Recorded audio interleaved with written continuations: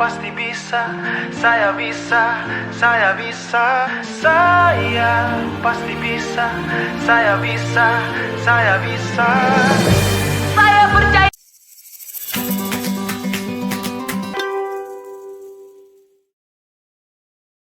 Bismillahirrahmanirrahim. Assalamualaikum warahmatullahi wabarakatuh.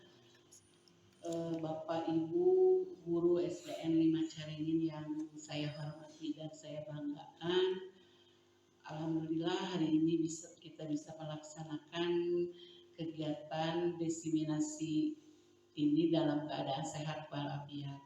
Salawat beserta salam mari kita limpahkan pada junjungan alam Nabi besar Muhammad Sallallahu Alaihi Wasallam.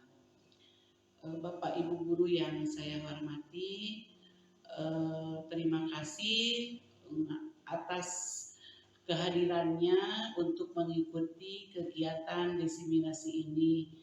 Semoga Bapak dan Ibu semuanya dalam mengikuti kegiatan diseminasi ini mendapatkan ilmu yang sangat banyak, yang baik, yang bisa kita terapkan di sekolah untuk kemajuan anak didik kita. Bapak dan Ibu, hari ini teman kita yaitu calon guru penggerak yaitu Bapak Yandi akan berbagi praktik baik mengenai budaya positif yang harus kita lakukan di sekolah. Oleh karena itu saya harapkan Bapak dan Ibu bisa mengikuti kegiatan ini dengan baik sampai selesai. Selamat mengikuti kegiatan ini.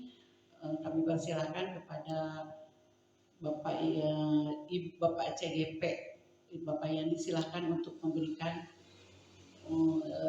untuk memimpin acara diseminasi ini. Demikian, billahi taufiq wal hidayah. Assalamualaikum warahmatullahi wabarakatuh. Waalaikumsalam. Bismillahirrahmanirrahim. Assalamualaikum warahmatullahi wabarakatuh. Atas rahmat Allah yang Maha Kuasa dan didorong oleh keinginan luhur dari segenap sivitas akademika SD Negeri 5 Caringin, alhamdulillah siang hari ini kita bisa dipertemukan, dikumpulkan dalam agenda diseminasi budaya positif di sekolah. Semoga saja agenda ini mampu mewarnai aktivitas kita sehingga benar-benar aktivitas kita bisa bermakna buat putra-putri terhebat kita. Salawat beserta salam semoga dapat tercurah limpah kepada Nabi Muhammad SAW selaku panutan kehidupan yang apabila kita berpegang teguh kepada ajarannya, insya Allah kita dipastikan akan mendapatkan syafaatnya. Bapak Ibu guru hebat Caringin 5, terima kasih atas kehadiran dan kolaborasinya selama ini. Semoga bisa mampu menumbuhkan sebuah kolaborasi yang harmoni sehingga nilai-nilai yang akan kita wujudkan di sekolah ini menjadi terbukti dan efektif. Bapak Ibu guru hebat, pada kesempatan ini saya mengajak untuk relax, hadirkan kenyamanan, hadirkan ketenangan. Kenapa? Karena apapun konsep dan teori, sebagus apapun itu, maka tidak akan pernah menjadi sebuah modal bagi kita untuk beraktivitas di kelasnya masing-masing seandainya itu menjadi sebuah beban.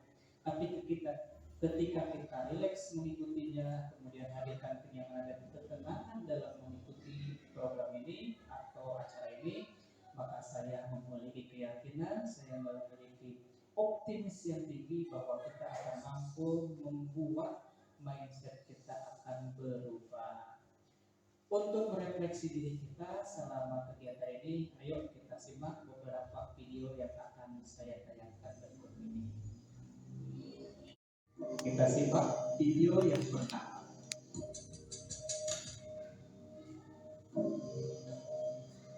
Naren, sini kamu.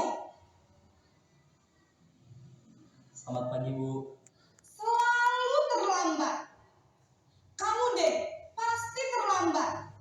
Maaf Bu, saya Apa? Apa coba? Alasan kamu apa lagi? Kapan sih kamu tidak terlambat? Malah sekali ya kamu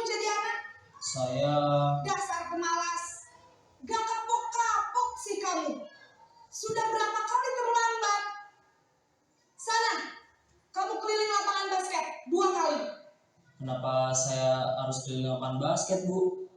Kenapa? Kamu melawan ibu? Berani-beraninya jawab. Sudah terlambat, masih berani jawab pula. Sekarang, keliling lapangan basket 5 kali sekalian. Biar kapok. Cepat. Pergi sana ke lapangan basket. Berikutnya video yang kedua.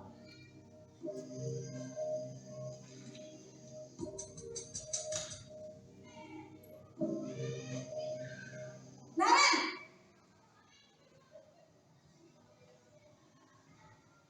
Selamat pagi, Bu. Naren. Kamu kenapa terlambat lagi, nak? Ya Tuhan, Naren. Kamu senang ya bikin ibu susah ya? Kalau kamu terlambat lagi, nanti ibu yang ditegur bapak kepala sekolah, nak. Disangka ibu tidak bisa membina kamu. Duh, gimana ini? Maaf, Bu. Duh, Gusti Naren. Kamu suka ya kalau ibu ditegur bapak kepala sekolah? Terus, sekarang ibu harus tulis apa ini di buku absen? Ini kamu sudah sering terlambat loh. Ibu harus apa coba? Maaf, Bu. Maaf sekali. Ya sudah, lain kali jangan bikin ibu susah lagi anak ya. Ibu tidak akan kuat lagi kalau kamu begini terus. Bisa jantungan kalau ibu tegur bapak kepala sekolah. Sana cepat ke kelas. Maaf ya, Bu. Maaf sekali. Selanjutnya video yang ketiga. Kita simak Bapak Ibu Guru.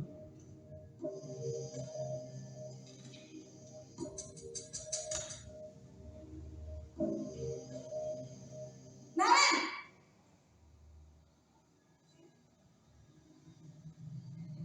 Selamat pagi, Bu. wah sudah jam berapa ini nak? Terlambat lagi ya sayang. Iya, Bu. Habis ibu saya lupa bangunkan saya, Bu. Kamu malah menyalahkan ibu kamu. Kamu bukannya anak yang larinya paling kencang. Kok terlambat sih? Iya, Bu. Saya memang terlambat bangun tadi. Jadi, biarpun saya lari kencang, tetap gak kekejar, Bu. Ya sudah sana. Nanti lain kali larinya lebih kencang lagi ya. Biar gak terlambat lagi. Bikin seneng ibu. Demi ibu. Bisa kan? Bisa, Bu. Ya sudah sana masuk kelas. Ibu beresin urusan absen kamu. Kamu ini ada-ada saja. Selanjutnya video keempat.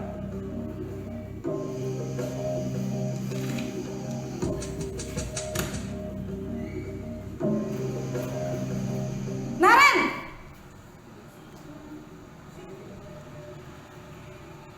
Selamat pagi, Bu. Naren, apa peraturan sekolah kita tentang jam berapa kita harus masuk sekolah, nak? Kita harus di sekolah jam 7, Bu. Iya betul, sekarang sudah jam 7.20. Naren sudah tahu konsekuensinya jika terlambat hadir. Paham, Bu. Saya harus tinggal kelas pas jam istirahat selama 20 menit. Iya benar, konsekuensinya demikian. Jadi nanti jam 9.30 pas istirahat, kamu harus tinggal di kelas, kerjakan tugas tambahan untuk ketertinggalan kamu, ya? Baik, Bu. Selanjutnya video yang kelima.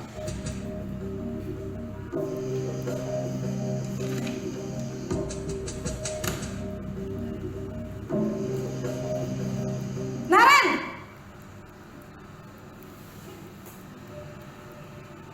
Selamat pagi, Bu. Selamat pagi, Naren. Maaf, Bu. Saya terlambat. Iya, sekolah masuknya jam 7, sekarang sudah jam 7.20. Jadi sekarang bagaimana ini, Naren? Maaf, Bu. Saya lupa setel alarm saya semalam. Baiklah, menurut kamu, keyakinan sekolah yang mana yang perlu kamu tingkatkan? Menghargai diri sendiri dan orang lain mungkin ya, Bu. Setuju. Jadi, apakah Naren meyakini prinsip saling menghormati tersebut? Iya, Bu. Saya meyakininya. Apakah Naren bersedia memperbaiki masalah keterlambatan ini? Bersedia, Bu. Bagaimana kamu akan perbaiki masalah keterlambatan ini? Saya akan coba untuk tidak lupa menyetel alarm saya, Bu. Baik, kalau Naren lupa menyetel alarm di rumah, ada orang yang kira-kira bisa bantu mengingatkan tidak? Ada, Bu. Kakak saya, Kak Ema. Ada lagi selain Kak Emma? Selain Kak Ema, ada ibu saya. Baik, jadi yang mengingatkan Naren adalah Kak Emma dan ibu kamu ya? Kira-kira akan mulai setel alarm kapan nih Naren? Setelah pulang sekolah, akan segera saya lakukan. Baik, jadi Naren akan setel alarm untuk bangun besok pagi dan akan diingatkan oleh kakak dan ibunda Naren ya. Ada lagi yang mungkin perlu dilakukan Naren agar tidak terlambat bangun lagi? Tidak ada, Bu. Baik Naren, terima kasih untuk kerjasama kamu. Sekarang kamu perlu kembali ke kelas untuk belajar. Baik, Bu. Terima kasih. Bapak Ibu guru hebat, 5 video yang telah tadi tayang sebagai refleksi diri kita sampai saat ini. Silahkan refleksi sendiri, posisi kontrol ada pada diri kita selama kita menjadi guru itu di nomor atau di poin keberapa. Kenapa? Karena Bapak Ibu guru hebat ini akan menjadi sebuah pemacu dan pemicu ya untuk melakukan aksi yang akan kita refleksikan ke murid-murid hebat di SD Negeri 5 Caringin ini. Dan silahkan ya selamat merefleksi. Bapak Ibu guru hebat, hari ini kita akan mencoba berdiskusi dengan konsep utama budaya positif dan subpoinnya ada 7. Di antaranya adalah perubahan paradigma belajar, kemudian disiplin positif, kebutuhan dasar manusia, motivasi perilaku manusia, posisi kontrol, keyakinan kelas, dan yang terakhir segitiga restitusi. Mari kita coba berdiskusi poin demi poin. Bapak Ibu guru hebat, dalam paradigma perubahan belajar baru itu ada 5 prinsip yang menunjukkan bahwa kita telah melakukan perubahan paradigma baru dalam pembelajaran. Yang pertama, skenario atau pembelajaran yang kita buat itu cenderung memperhatikan terhadap ketercapaian tujuan murid untuk belajar. Ini kenapa menjadi pondasi dasar? Karena Bapak Ibu guru, kendaraan yang kita bawa yang namanya kelas, kemudian kita selaku pilotnya atau selaku supirnya, maka akan mustahil ketika kita tidak paham terhadap capaian apa yang ingin dicapai oleh murid, itu akan melakukan sebuah paradigma perubahan baru di kelas yang kita pimpin ini. Oleh karena itu ini menjadi syarat mutlak. Perubahan paradigma baru harus memiliki prinsip yang pertama mengacu pada capaian pendidikan murid atau capaian pembelajaran murid di kelas. Ilustrasi sederhananya seperti ini. Bapak Ibu mau ke Jakarta umpama. Tujuannya ke Jakarta, sudah tahu. Berbeda dengan Bapak Ibu yang mengendarai mobil, kemudian langsung jalan saja. Itu akan lain hasilnya. Ketika Bapak Ibu dari awal sudah menetapkan, sudah paham terhadap capaian pembelajaran yang ingin diraih oleh murid, dari awal Ibu Bapak Guru sudah membuat skenario pembelajaran yang dibutuhkan oleh murid. Murid teh hayang naon, ku Ibu Bapak Guru pasti sudah terimplementasikan geus kapikir. Sehingga ketika Bapak Ibu Guru melangkahkan kaki keluar dari rumah menuju kelasnya, itu sudah ada progres yang ingin diraih pada hari itu. Sehingga tahapan-tahapannya jelas, alurnya jelas. mau apa sih sebetulnya kita nggak masuk di dalam kelas ini? Mau ngapain kita? Mau bagaimana skenario yang dibuat terhadap kelas yang akan kita bersamai itu? Yang tentu goals yang utamanya ini Bu, murid-murid kita harus memiliki karakter atau dimensi profil pelajar Pancasila yang jumlahnya ada 5. Di antaranya beriman dan bertakwa kepada Tuhan Yang Maha Esa dan berakhlak mulia. Yang kedua,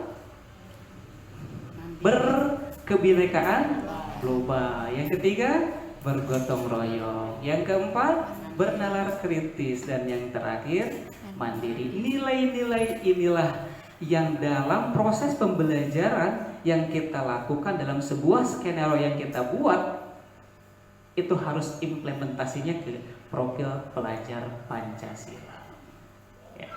Selanjutnya yang kedua, bahwa dalam perubahan paradigma belajar itu adalah membangun kapasitas murid untuk belajar berkelanjutan. Belajar sepanjang hayat.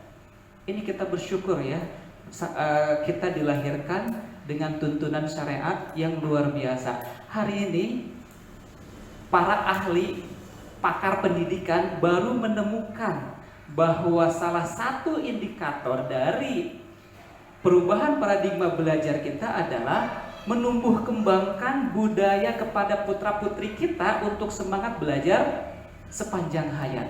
Padahal panutan kita sudah 21 abad yang silam memberikan indikator, memberikan tuntunan kepada kita dengan sebuah hadis yang mungkin kita pun sudah hafal sambil lari. Utlubul ilma minal mahdi ilal lahdi. Yang kalau dalam bahasa kerennya long life education. Tentu dalam atau disesuaikan dengan fase perkembangan putra-putri kita atau murid-murid kita di kelas. Jadi memang pemikiran para ahli pendidikan hari ini itu ingin mengembalikan konteks pendidikan yang dari awal sudah mampu melahirkan dan mencetuskan generasi-generasi emas Indonesia. Nah, dalam prosesnya ternyata ada sebuah kalau dibilang penyimpangan mungkin ada kasar. Ada semacam ketidaknyambungan antara hakikat pendidikan yang seharusnya dari awal seperti itu dalam proses perjalanannya, karena memang dicekokin oleh pendidikan kolonial dan lain sebagainya, sehingga esensi dari pendidikan itu terlupakan. Selanjutnya prinsip yang ketiga adalah menyesuaikan konteks kehidupan murid dan mengembangkan perkembangan kognitif serta karakter murid. Kita mungkin hari ini sudah tidak asing lagi mendengar proses pembelajaran yang berdiferensiasi. Salah satu dari model atau pendekatan pembelajaran yang dilahirkan oleh para pakar dan ahli pendidikan itu berdiferensiasi. Ini artinya pakar-pakar tersebut tidak ingin melihat putra-putri kita yang sudah dari rumahnya membawa niat yang mulia, ketika datang ke sekolah mereka menerima perlakuan yang tidak dia inginkan. Makanya para pakar kita dengan cermat memberikan sebuah terobosan, yaitu pembelajaran berdiferensiasi, yang pembelajaran itu disesuaikan dengan minat dan kebutuhan murid-murid di kelas yang kita pimpin ini. Dan yang terakhir dari perubahan paradigma pendidikan yang baru ini adalah harus adanya pembelajaran yang kita lakukan di kelas itu mendorong motivasi anak untuk mau belajar sepanjang hayat, atau istilah hari ini itu disebutnya continuous learning, yaitu sebuah proses menemukan atau menambah pengetahuan dan keterampilan yang baru secara terus-menerus. Nah, tidak berbeda jauh dengan prinsip yang kedua tadi, ya. Ini kenapa Bapak Ibu harus dilakukan? Kita sebagai pemimpin pembelajaran di kelas harus mendorong motivasi-motivasi putra-putri terhebat kita untuk mau belajar terus-menerus dan berkesinambungan. Jangan merasa cukup mereka tuntas di SD, jangan merasa cukup mereka tuntas di SMP dan seterusnya. Tapi mereka butuh pembelajaran itu selama dia hidup. Karena kenapa Bapak Ibu? Zaman ini terus bergerak dan terus maju secara dinamis. Bapak Ibu mungkin yang pernah di tahun 90 atau 98 pergi ke Jakarta, kita masih menemukan betapa sapaan sopan, betapa sapaan yang menyenangkan ketika kita masuk di gerbang tol. Tapi hari ini sapaan dan sopan dan karakter itu udah hilang, tergantikan oleh teknologi. Seandainya putra putri kita hari ini tidak diberikan motivasi terhadap proses pendidikan yang berkelanjutan, apakah kita tidak tega melihat putra-putri kita hanya melongo menyaksikan 10-5 tahun ke depan itu mereka hanya menyaksikan dan terkalahkan oleh teknologi. Inilah esensi dari perubahan paradigma baru.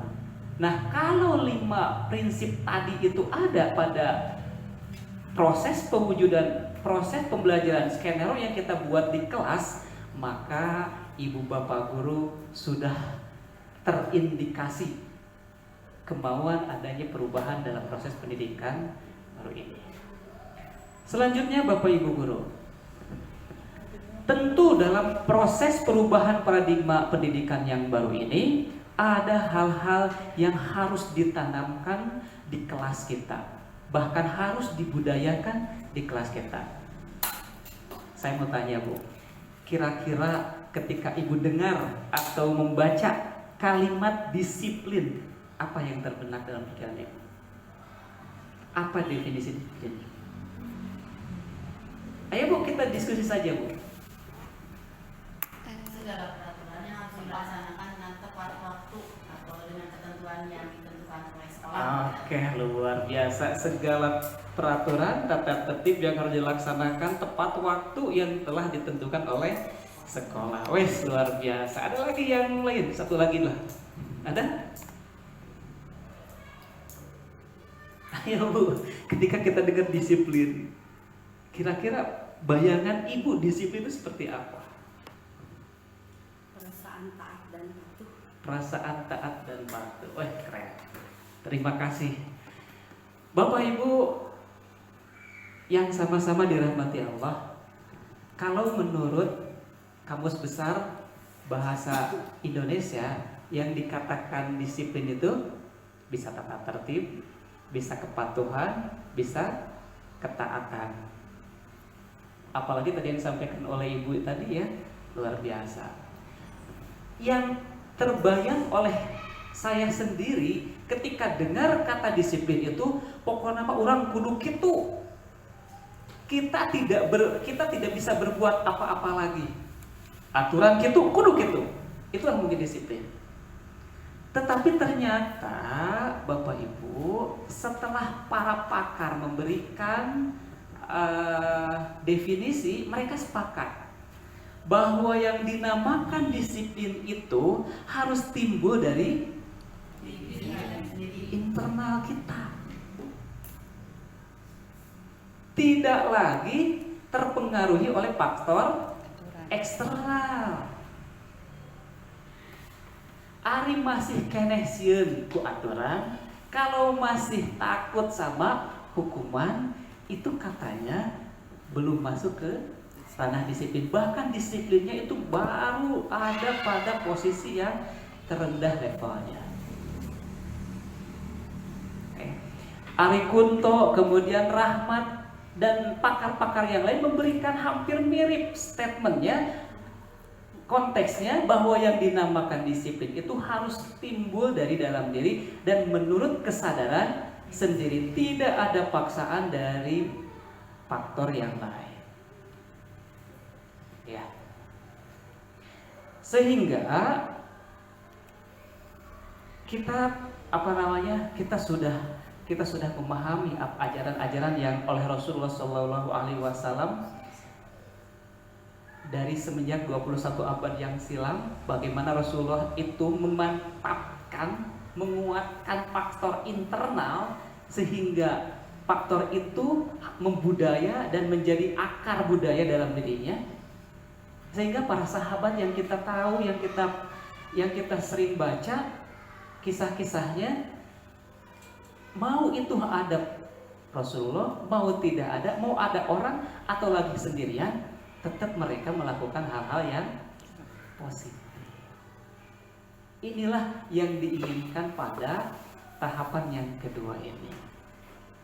Selanjutnya Bapak Ibu, budaya positif yang tadi atau disiplin positif yang tadi ternyata itu ada faktor-faktor yang mempengaruhi, dan faktor yang paling dominan pada pengaruh itu adalah faktor kebutuhan dasar manusia. Ini hanya sekedar mengingatkan bahwa faktor kebutuhan dasar manusia itu ada dua. Kebutuhan dasar manusia itu ada dua. Yang pertama fisiologis, yang kedua psikologis. Sementara kebutuhan dasar yang bersifat fisiologis apa aja, Bu? Kebutuhan yang bersifat fisiologis apa aja? Kesehatan. Ayo Bu, kita rileks saja, kita santai biar diskusi ini berjalan tidak satu arah. Kita sudah diberikan pemahaman dari dulu ya, bahwa kebutuhan dasar manusia itu ada fisiologis, primer, sekunder, ya kan? Primer dan sekunder, sandang, pangan, papan. Itu fisiologis. Lamun ecek bahasa agama Doruriyat tuh ya Ibu PAI. Doruriyat itu primer, ya kan? Kalau nggak salah, primer. Kebutuhan primer itu kebutuhan apa? Kebutuhan pokok yang betul-betul setiap manusia harus memenuhi itu. Tidak, maka pasti akan ada gejala yang timbul. Tidak terpenuhi salah satunya, maka pasti akan ada gejala yang timbul. Kemudian yang kedua, contohnya tadi ya, sandang, pangan, papan, di kebutuhan fisiologis. Yang kedua adalah kebutuhan psikologis atau tersier. Kebutuhan apa, Bu? Bapak? Tuh Bu, di sana ada di Ya, penghargaan, kasih sayang. Nah, hal-hal itulah yang akan mendorong murid-murid kita, putra-putri terhebat kita untuk mau melakukan perbaikan kehidupannya. Ibu bapak, mungkin ini Pak Ustadz, Pak Wildan tahu nih, Islam juga mengedepankan bahwa kebutuhan pokok itu harus tercukupi dulu, baru ibadahnya akan tenang, nyaman, dan pikirannya tidak kemana-mana. Ada ayat Qur'annya ya, ada hadis nabinya ya, kadal fakru ayyakuna kufron tuh. Pagujud bentuk teka isian mah. Lapar akan menimbulkan sebuah tindakan yang amoral. Oleh karena ini, faktor inilah Bapak Ibu semua harus menjadi perhatian kita juga ketika kita di kelas sebagai pemimpin belajar ini menghadapi problem-problem pada putra-putri kita. Ayo Bapak Ibu, di sekolah kita sering menemukan duit hilang. Tapi kita sering sekali, mohon maaf ini mah pengalaman saya sendiri, sering sekali, bukan menuduh sih, ngambil si A tanpa kita tanpa kita interview, kemudian tanpa kita menggali, menganalisis terhadap kunaon sih manehanana berbuat seperti itu. Di rumahnya belum sarapan, ayah bundanya tidak sempat memberikan itu, hanya memberikan uang jajan, itu pun tidak seberapa karena kondisi. Jadi pada kebutuhan dasar manusia ini betul-betul harus menjadi sebuah pertimbangan dalam memutuskan segala keyakinan yang akan kita lakukan di kelas. Nah, seperti tadi yang saya sampaikan. Jadi motivasi manusia dalam melakukan tindakan, dalam melakukan sebuah perilaku, maka dia akan terkontaminasi atau apa ya bahasanya itu, akan sangat ditentukan ya oleh pemenuhan terhadap kebutuhan ini. Nah, poin yang terakhir ini, menghargai nilai-nilai kebajikan ini, poin yang levelnya paling tinggi.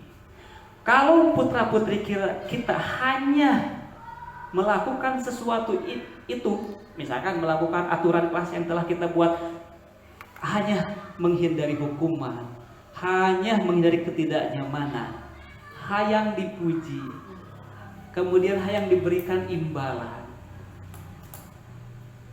Ini hanya sebatas hanya sebatas tahapan-tahapan untuk menuju yang ketiga sebetulnya. Jadi jangan terlalu dibiasakan. Ya. Selanjutnya Bapak Ibu, nah seperti di awal telah saya sampaikan bahwa penanaman disiplin itu betul-betul harus tumbuh dan berkembang dalam kesadaran dirinya sendiri. Nah, kenapa hukuman dan penghargaan ketika kita tanamkan kepada murid-murid kita itu sebagai identitas yang gagal? Kalau dulu Bu ya, kalau tidak salah mungkin ibu-ibu bapak juga masih ingat, ada reward and punishment. Ini pengalaman saya di SMK. Anak-anak ketika diberikan hukuman, ayeuna teu ngawaro isukan pasti ngawaro. Ini luar biasa. Tetapi setelah itu ketika saya tidak ada di sekolah itu, anak-anak kembali ke semula tindakannya. Jadi ternyata hukuman dan penghargaan ini itu bagus, reward dan punishment ini bagus, tetapi pada zamannya. Hari ini sudah tidak laku, hari ini itu sudah terlambat. Karena hasil kajian dan hasil survei para ahli, ternyata ketika seorang guru, seorang pendidik memberikan hukuman, memberikan penghargaan, itu justru akan menyudutkan murid-murid hebat kita. Lihat dalam penghargaan yang timbul dari diri murid kita itu, ketika saya melakukan ini, maka apa ya yang saya akan dapatkan? Di kelas kemarin, 2 minggu ke belakang itu di kelas 4 saya coba di poin penghargaan. Siapa yang bisa nebak soal, maka dia akan mendapatkan permen. Tadi nagih deui, Pak, permenan. Seperti itu. Dan yang paling kita miris lagi, khawatir nanti ketika tidak ada permennya, anak tidak mau lagi ngajawab soal, motivasi yang lainnya tidak terbangun kembali. Sesekali mungkin bisa, tetapi itu tidak akan membudaya dalam dirinya budaya-budaya positif itu. Lantas mana atuh identitas yang suksesnya? Ini Bapak Ibu, ternyata konsep disiplin dengan memakai identitas yang sukses ini ada 2. Walaupun memang di kontrol konsekuensi ini masih harus ada kontrol kita yang berkesinambungan. Karena kalau dilepas sama nanti kembali lagi ke habitatnya, kembali lagi ke alam mereka. Karena tidak digali pada konsekuensi ini. Apa yang terjadi, kemudian problem apa yang mereka alami, nggak digali, kita nggak tahu. Walaupun memang di konsekuensi ini kita sudah membicarakannya dengan murid-murid kita. Misal tuh ada kesepakatan kelas, kita sudah ngobrol ini sama teman-teman kita atau sama murid-murid kita. Mereka sudah sepakat, apabila tidak A, maka konsekuensinya A. Khawatirnya ketika ini tidak kontinu, tidak ada evaluasi, kemudian tidak ada monitoring yang berkelanjutan, maka ini juga bisa dikatakan sebagai penanaman konsep disiplin yang tidak atau yang gagal. Berbeda dengan konsep restitusi. Kontrol restitusi inilah yang hari ini oleh pakar pendidikan yang lagi booming atau yang lagi mendunia. Karena dari konsep inilah si murid itu merasa dihargai. Si murid merasa bahwa saya ini adalah makhluk yang berharga di mata seorang gurunya, makhluk yang bisa dikembangkan oleh seorang gurunya, sehingga kepercayaannya timbul. Rasa pertanggungjawabannya pun akan muncul dan kemandiriannya pun akan lahir. Bapak Ibu yang saya hormati, nah, kenapa tadi konsep restitusi ini dikatakan sebagai pendekatan konsep yang sukses? Karena Ibu ini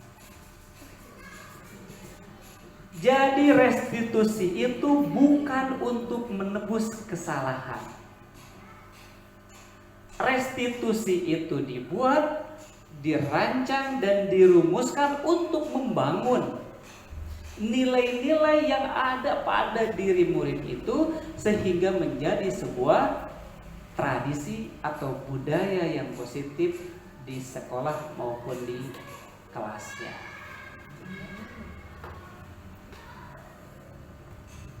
Nah, jadi tidak ada paksaan di restitusi itu. Benar-benar si murid itu ngawaro, patuh dan tunduknya itu berdasarkan faktor internalnya dari hatinya. Ada yang mau disampaikan dulu Ibu Bapak? Sampai di sini?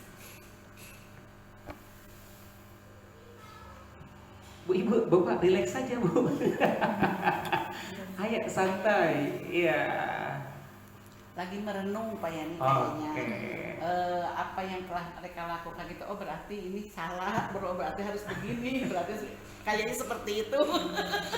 Coba memperbaiki. Kalau ada inisiasi seperti itu luar biasa sekali. Karena tidak ada manusia yang sempurna. Ya. Tapi kalau setelah ada pemahaman kemudian kita masih gitu-gitu karena itu harus dipertanyakan. Lanjut Ibu, Bapak. Nah, lantas apa perbedaan dari posisi kontrol, hukuman, konsekuensi dan restitusi? Kita tadi dalam video yang 5 itu tentang kasusnya tentang murid yang datang terlambat. Ini Bu, kalau pada posisi kontrol guru sebagai penghukum, maka si guru sudah tidak ada lagi ngobrol-ngobrol sama murid. Pokoknya mah murid salah. Dan hukumannya biasanya bisa fisik, bisa psikis. Fisiknya tidak nyambung dengan apa yang kita akan belajar, kan nggak nyambung. Misalkan anak datang terlambat ke sekolah seperti tadi ya, kita pukul lingan di lapang, nyambung nggak Bu? Ya. Atau suruh anak yang tidak mengerjakan PR, kita nantung sabarin aja, nyambung nggak Bu? Jadul itu. Ya. Atau mungkin Bapak Ibu guru pernah anak tidak mengerjakan PR, suruh pidato atau suruh minta maaf ke teman-temannya, Suruh membersihkan atau desa. mungkin hal-hal yang seperti ini. Nah ini Bu, Padahal itu nggak luar biasa sekali. Jadi pada posisi guru sebagai penghukum itu pokok nama urang anu benar, murid bah salah. Ini di posisi kontrol hukum. Berbeda dengan levelnya naik tuh, dari penghukum menjadi konsekuensi. Sudah ada mulai dibuka diskusi dengan dengan murid. Ada diskusi-diskusi kecil. Walaupun memang pada akhirnya tetap saja murid akan menjadi sebuah sasaran empuk seorang guru. Karena henteu ngawaro konsekuensina anu. Nah gitu, ujung-ujungnya sama aja dengan hukuman. Cuman bedanya dia mau berkomunikasi dulu di konsekuensi itu. Iya. Dan mungkin ibu bapak guru juga sudah ya, sudah sudah membuat keyakinan kelasnya itu diobrolkan dulu kan? Iya. Konsekuensinya itu ada di sini terpampang. Keyakinan kelasnya. Tanpa kita sadari, kita nggak tahu bahwa itu tuh nilai-nilai apa sih sebetulnya yang ingin kita tanamkan kepada murid-murid kita. Dan memang bagus ya pada tataran kontrol konsekuensi, murid itu bertanggung jawab atau menghormati terhadap aturan yang dia buat. Tetapi memang itu masih ada faktor eksternal, paksaan tadi. Kalau lost control maka selesai, murid selamat, kembali lagi. Tapi kalau kitanya konsisten, ya berlanjut bagus. Tapi kadang-kala kita kan yang namanya juga manusia, ya. Sikap emosional kita kadang di atas, naik, kadang juga turun. Itu pun akan sangat mempengaruhi terhadap apa yang akan kita lakukan. Berbeda dengan tadi Bu, level tertingginya adalah posisi kontrol restitusi. Itu posisi guru itu hanya nuntun. Ya, posisi guru itu sebetulnya mohon maaf, bukan saya menggurui ya, saya juga lagi belajar terhadap konsep yang baru saya terima ini. Tetapi ketika saya sudah memahami, kemudian sedikit-sedikit saya terapkan, ternyata itu membantu terhadap kemudahan proses yang kita lakukan. Ada kemudahan. Jadi henteu lihat jangar ta budak teh kunaon nya ngalieu wae, henteu kitu pikiran teh. Pusing. Iya, jadi pusing. Arek ngajar teh geus ngagenuk dina pikiran tuh pusing. Wah, enggak bener berarti. Pandangan kita terhadap murid sudah negatif, ya udah selesai. Nah, di posisi restitusi ini ternyata subhanallah, konsep yang memang betul-betul paradigma pembelajaran yang baru ini itu akan mengajak, akan memberdayakan, akan membuat murid-murid kita hebat sesuai dengan kehebatan yang dia miliki. Ya. Selanjutnya Bapak Ibu, nah ini Bu, posisi kontrol yang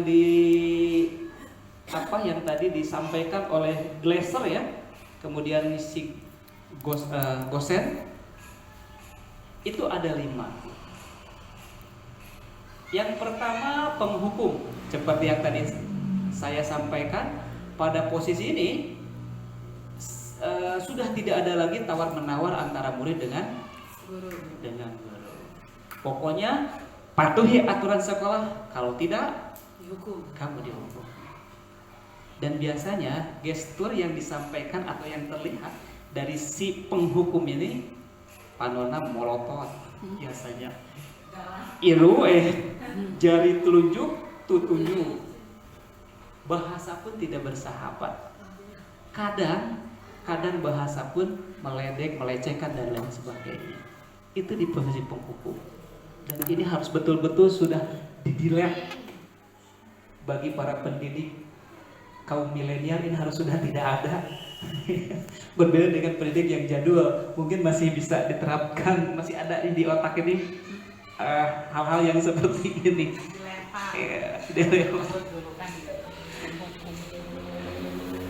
Jadi aturannya betul-betul saya yang buat, kemudian saya harus terapkan.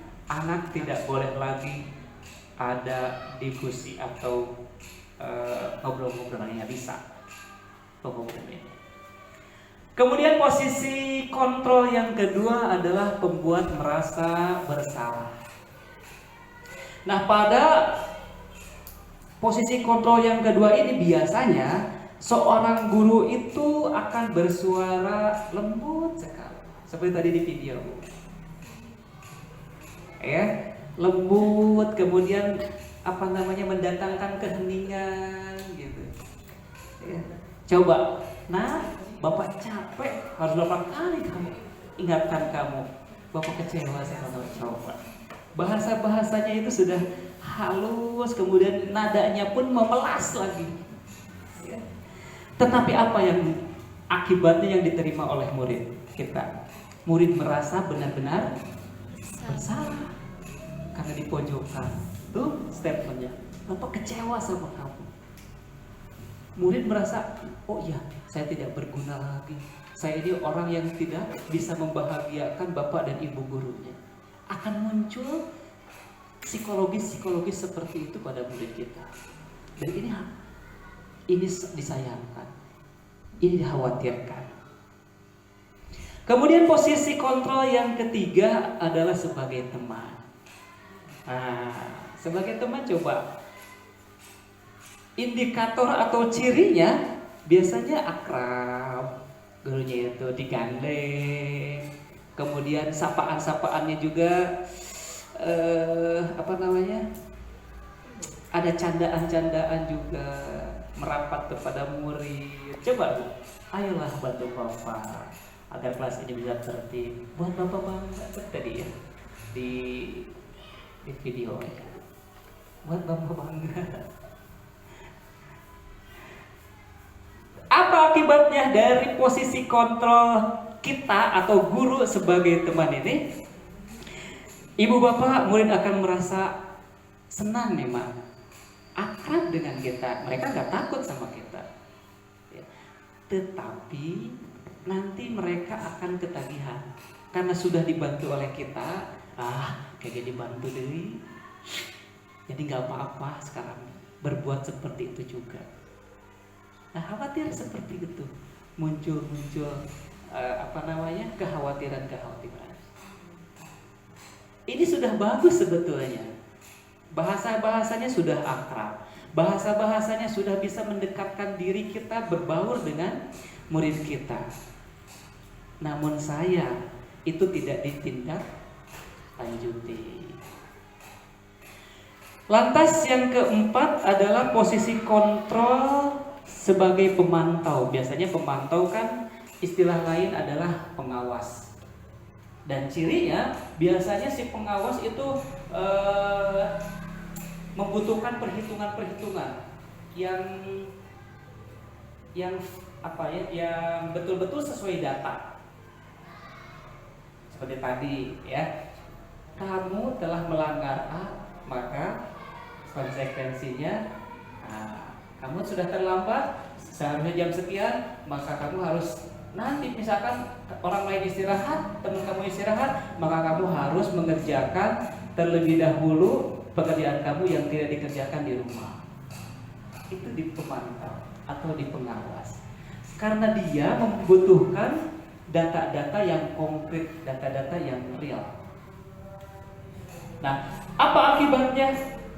Murid memahami konsekuensi itu sudah bagus sebetulnya. Ya, jadi tahu si murid itu konsekuensinya. Dia sudah tahu. Tetapi kalau tidak ada monitoring, kemudian tidak ada evaluasi yang berkelanjutan, maka ini pun akan sangat terpengaruh terhadap faktor eksternal yang timbul dari si murid tersebut. Yang seyogianya faktor internal yang mayoritas tumbuh di dalam tubuhnya, tetapi masih didominasi oleh faktor-faktor eksternal, sehingga itu tidak menjadi sebuah budaya dan mengakar dalam dirinya. Dan posisi kontrol yang terakhir adalah posisi guru sebagai manajer. Inilah Bapak Ibu guru yang hebat, mau tidak mau, suka maupun tidak suka, bisa maupun tidak bisa, kita harus mampu memposisikan diri kita menjadi seorang manajer di kelas kita yang pimpin. Bagaimana seorang manajer? Dia mampu menginventaris, mengidentifikasi, menganalisis problem-problem yang ditemui oleh siswa dan putra-putri kita, kemudian mampu juga membersamai mereka menemukan solusi-solusinya, sehingga mereka akan timbul rasa kemandirian, tanggung jawab, dan kesadaran diri yang tinggi. Nah, bagaimana akibat yang timbul dari sikap kontrol seorang manajer ini? Ya tadi Bu, seorang manajer itu mampu mengembalikan murid kita ke kelompoknya.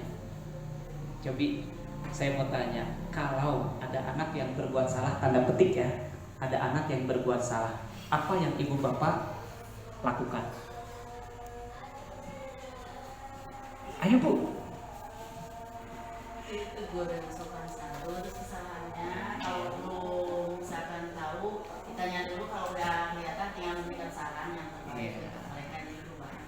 Wah, mantap, luar biasa. Biasanya kita memanggil guru anak itu ya, kita memisahkan dari kelompoknya. Alasan?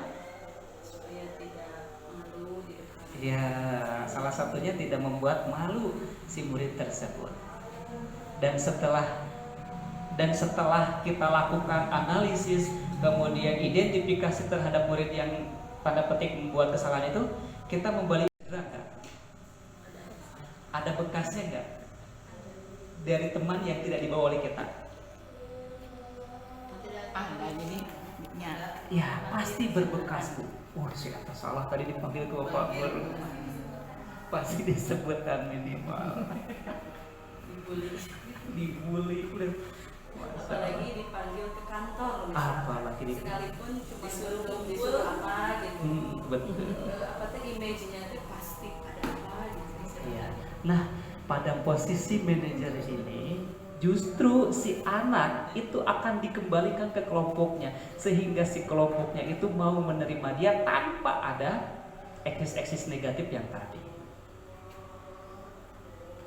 Jadi sekali lagi Bapak Ibu, mau tidak mau, suka maupun tidak suka, hari ini mari kita belajar memposisikan diri kita menjadi seorang manajer. Karena kegiatan ini terus akan kita pantau sama PP, sama fasilitatornya, kelas mana nih nanti yang sudah melakukan hal-hal yang ini, terutama di bagian manajernya. Ya, nanti kita akan cross check Bu sama PP-nya nanti ya. Selanjutnya, nah ini yang akan coba kita diskusikan bersama Bu. Mengapa keyakinan kelas? Bu, ada keyakinan kelas, ada Peraturan. kesepakatan kelas. Apa bedanya Bu?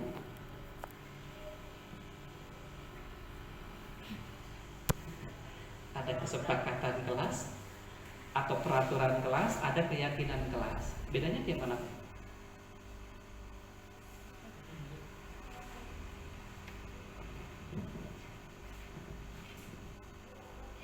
Ayo. Dari bahasanya juga. Dari bahasanya, Ya, oke. dari peraturan kan gimana gitu loh Pak. Kalau keyakinan lebih apa ya? Lebih bisa diterima dengan lebih apa ya?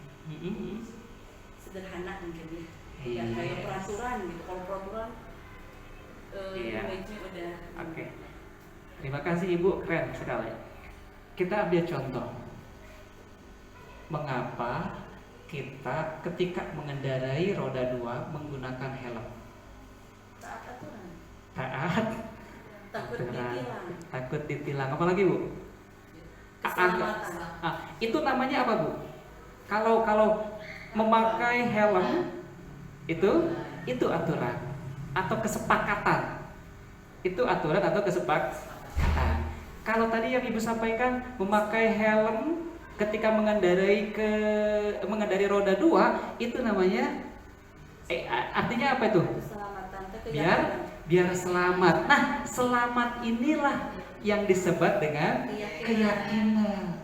Sehingga keyakinan itu simpel tadi yang Ibu sampaikan, mudah dipahami oleh anak, juga tidak bertele-tele. Tapi berbeda dengan aturan, karena aturan mah harus menjabarkan sekian kosakata. Ya, jadi misal anak harus datang pukul 07.00 setiap hari. Itu kesepakatan kelas. Itu aturan yang kita bikin. Dan anak misalkan menyetujui itu baru di tahapan kesepakatan itu baru di tahapan aturan, belum ke keyakinan kelasnya. Apa sih sebetulnya yang ingin disampaikan oleh kita supaya mereka itu mengambil satu nilai positif dari aturan itu? Itu namanya keyakinan kelas. Coba Bu satu-satu nih. Setiap hari anak harus datang pukul 07.00. Nilai apa yang ingin dikembangkan? Nilai apa yang ingin dikembangkan sebetulnya? Yang ingin kita kembangkan kepada murid kita itu apa sebetulnya? Disiplin datang tepat waktu berarti. Ya. Disiplin bisa. Apalagi Bu? Bisa banyak ya. Tanggung jawab. Menghargai juga bisa. Kebiasaan. Ya. Menghargai, tanggung jawab dan lain sebagainya. Itu bisa. Nah, dalam hariannya ketika anak nanti melakukan hal-hal yang ternyata di luar itu,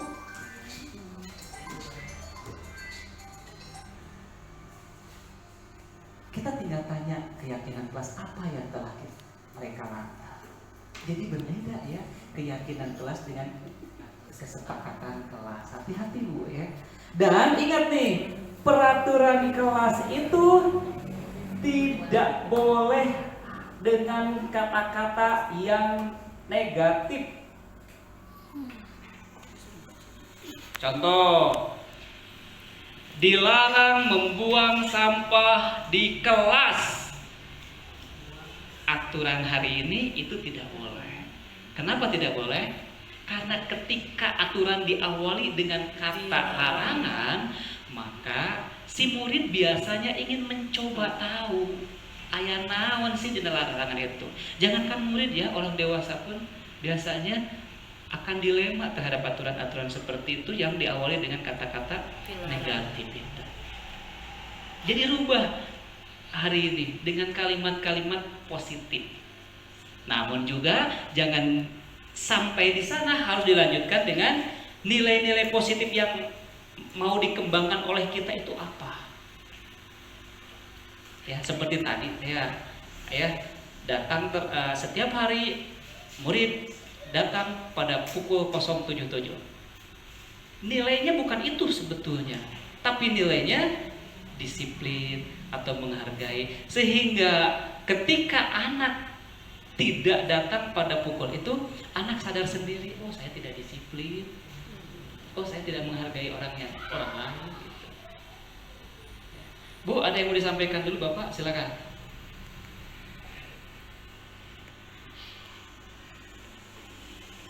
Ada Bu, Bapak? Cukup. Oke. Jadi sebetulnya peraturan dan keyakinan kelas itu sama-sama dirancang dan dirumuskan oleh guru dan murid. Iya.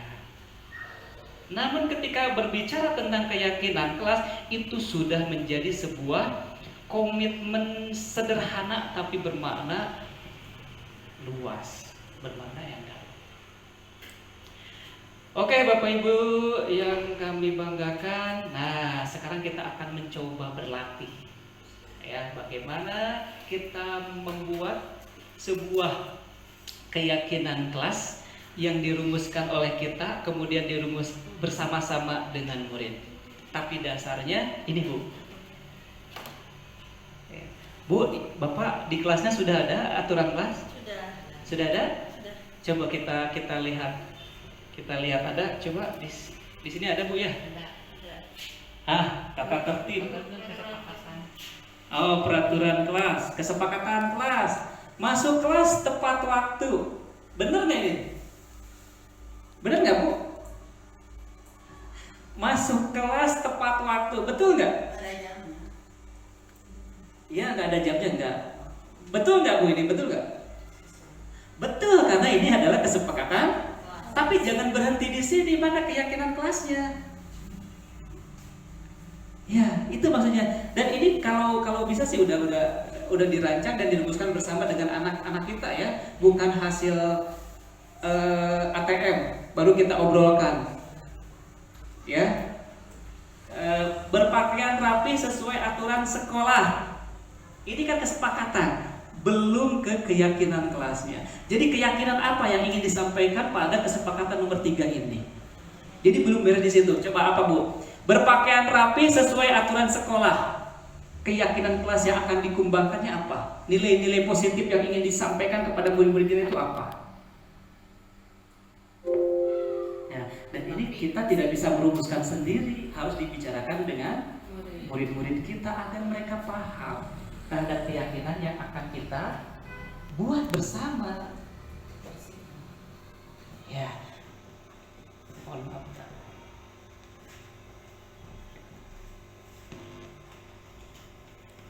Masih bingung sepertinya. Ya harus bingung Bu, normal. Kalau nggak bingung bahaya, tanda petik. Terliur-liur acan. Terliur-liur acan mah bahaya Bu. Ya. Dan lanjut Bapak Ibu. Seperti yang telah tadi saya sampaikan bahwa keyakinan kelas itu lebih abstrak dari peraturan. Kalau peraturan itu sebuah statement yang panjang yang harus diinterpretasikan kembali, tetapi kalau keyakinan kelas itu adalah sebuah kosakata yang bermakna luas dan tajam. Kemudian berupa pernyataan universal namun simple. Iya, bagaimana tidak universal kalau misalkan tadi ya menghargai diri. Ya kan ini masih universal. Bahasanya simple tapi universal, mencakup siapapun. Eta mah tidak berbicara etnis, tidak berbicara ras, tidak berbicara agama. Menghargai pokoknya. Ya alhamdulillah di kita masih satu agama ya, tapi masih ada celotehan-celotehan, hidupnya beda, kan masih ada di kita celotehan atau bulian-bulian seperti itu. Merci, kasih sih, masih ada seperti itu. Yang harusnya itu sudah terpental, harus sudah di-delete oleh kita. Ya, karena dia keyakinan tadi menghargai. Nah, dalam bentuknya, ini dibuat dalam bentuk kalimat positif. Itu betul ya, kesepakatan kelasnya tadi sepintas kita lihat tidak ada kalimat-kalimat negatif, tapi semuanya memiliki atau bentuk kalimatnya positif. Tinggal ditindaklanjuti. Ya, dari kesepakatan kelas itu nilai apa yang akan kita munculkan atau yang akan kita sepakati. Barulah itu muncul sebuah keyakinan kelas. Bapak Ibu guru hebat, inilah rangkaian sebetulnya untuk menciptakan hal-hal yang tadi saya sampaikan. Adalah sebuah pendekatan yang menggunakan segitiga restitusi. Apa segitiga restitusi ini? Ternyata segitiga restitusi yang seperti tadi di slide sebelumnya itu intinya bukan menebus kesalahan, tapi segitiga restitusi ini ingin meyakinkan murid-murid hebat kita bahwa mereka adalah makhluk yang memiliki keunikan, makhluk-makhluk hebat yang disediakan bagi para orang-orang dewasa untuk ditumbuh kembangkan menjadi sesuatu yang lebih bermakna di kemudian hari atau di masa yang akan datang. Tahapannya seperti apa? 1. Menstabilkan identitas. Apa kriteria untuk menstabilkan identitas? Kita betul-betul harus meyakinkan murid, Bapak Ibu. Ketika mereka melakukan kesalahan, hampiri mereka, hampiri dia, kemudian kita stabilkan identitasnya dengan cara tadi kata-katanya. Nah, tidak kamu saja yang pernah melakukan kesalahan ini. Mungkin Bapak atau teman-teman yang lain juga dulu pernah melawan kesalahan itu. Jadi emosi si muridnya itu betul-betul kita kita stabilkan agar tidak timbul rasa sifat bersalah, agar tidak timbul sifat minder atau rendah dirinya. Kita stabilkan itu dulu di tahapan yang pertama. Lantas di tahapan yang kedua adalah memvalidasi tindakan.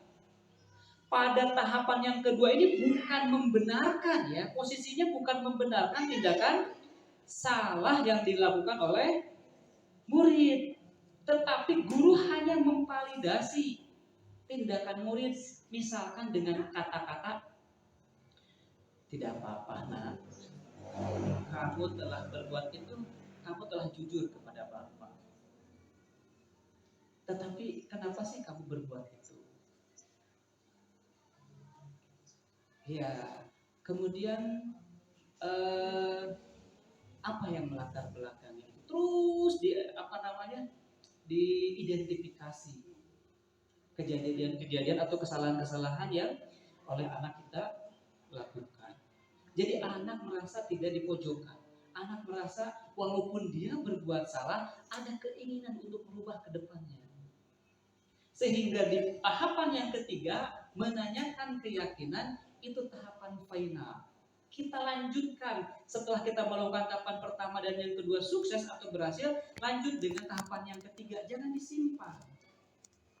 Nah, nanti ya tadi ya setelah ditanyakan validasi tindakan, keyakinan kelas apa yang telah Anda landa atau yang telah Anda landa, dia akan ngomong sebetulnya. Jadi runtut ya, tadi merumuskan keyakinan kelas karena sudah kita omongkan dan bicarakan bersama. Ketika kita tanyakan pada waktu posisi memvalidasi tindakan, mereka pun iya, oh iya ini. Nah pada posisi menanyakan keyakinan, kita berikan permohonan. Nah, gak apa-apa. Terus kalau misalkan menghargai itu dianggap penting oleh kamu, lantas apa yang akan kamu lakukan ke depannya? Jadi pertanyaan pemantik seperti itu akan menumbuh kembangkan sifat tanggung jawab murid, kemandirian murid, rasa percaya dirinya juga akan bangkit juga. Rendah dirinya malah akan lama-kelamaan akan musnah. Nah, jadi 3 tahapan inilah yang hari ini Bapak Ibu guru hebat harus benar-benar menjadi sebuah rancangan ya, rancangan mindset kita setiap kita memposisikan kita terhadap kontrol budaya kita di kelas maupun di sekolah. Sampai sini dulu Ibu Bapak, kalau ada yang mau didiskusikan disilahkan. Ayo Bu. Nah, kebetulan saya telah membuat contoh penerapan segitiga restitusi beberapa hari yang lalu. Dan ternyata mereka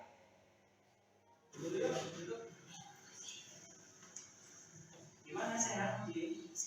Alhamdulillah. Ini kenapa nih Ibu Ji tidak bos?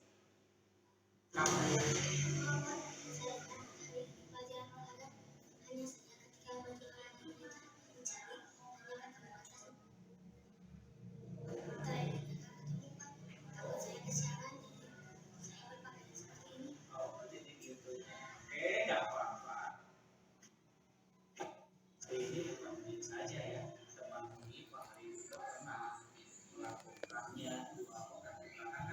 tahapan apa Bu? Tadi validasi. Ya, pada tahapan validasi. Ini saya sudah terapkan di kelas 6 ya. Kalau kelas-kelas yang lain masih pada tahapan perumusan.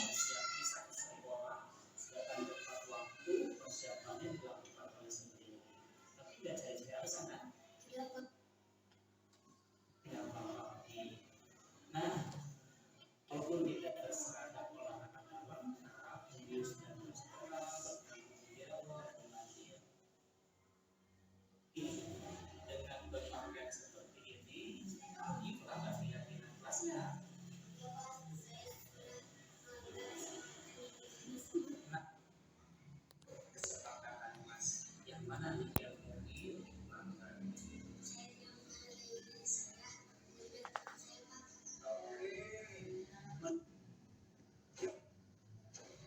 menghargai diri dulu dan tempat itu penting nggak sih?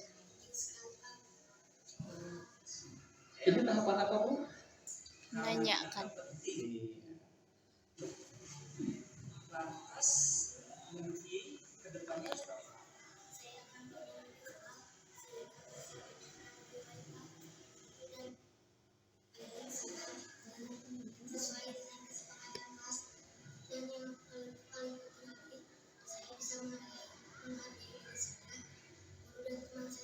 Oke, luar biasa.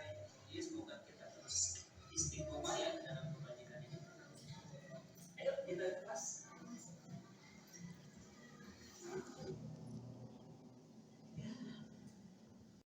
Budaya positif yang dicoba oleh saya di kelas 6 di pekan ketiga kemarin, dan ternyata mereka antusias sekali. Saya yakin Bapak Ibu guru juga sudah melakukan hal itu, hanya saja mungkin dari sisi menanyakan terhadap menumbuh kembangkan motivasi-motivasi yang ingin dikuatkan oleh guru kepada anak, kemudian anak menjadi merasa bangga dengan apa yang dia lakukan, itu sudah dilakukan. Oleh karena itu, saya mengajak kepada semua, kalau tidak hari ini, kapan lagi? Kalau tidak saat ini, kita mungkin akan tertinggal oleh orang-orang yang sudah mau berlari dalam rangka menciptakan sebuah suasana dan budaya yang positif di sekolahnya. Apalagi Bapak Ibu guru yang hebat, seperti yang tadi saya sampaikan, bahwa hari ini hampir seluruh sekolah mengembalikan karakter pendidikannya ke filosofis pendidikan Ki Hajar Dewantara. Ada berapa Bu? Ada 3. 1, Ing Narso Sung Tulodo. 2, Ing Madya Mangun Karso. Yang ketiga, Tutwari Handayani. Kalau kita berpedoman kepada Quran, lakod kana lakum fi rasulillahi uswatun hasanah. Oleh karena itu, sekali lagi Bapak Ibu guru hebat, saya mengajak ayo kita bergerak bersama untuk mewujudkan budaya positif di sekolah kita yang sama-sama kita banggakan ini, dan itu menjadi sebuah investasi kita. Kita tidak tahu kapan kita akan kembali, tapi kita tahu bahwa kita sudah rindu kepada Sang Maha Pemilik, sehingga ketika kita meninggalkan dunia ini, kita sudah menitipkan investasi amal kita buat murid-murid kita di masa yang akan datang. Demikian yang bisa saya sampaikan. Terima kasih. Nanti di sesi tanya jawab kalau ada disilakan. Billahi taufiq wal hidayah. Wassalamualaikum warahmatullahi wabarakatuh. Waalaikumsalam.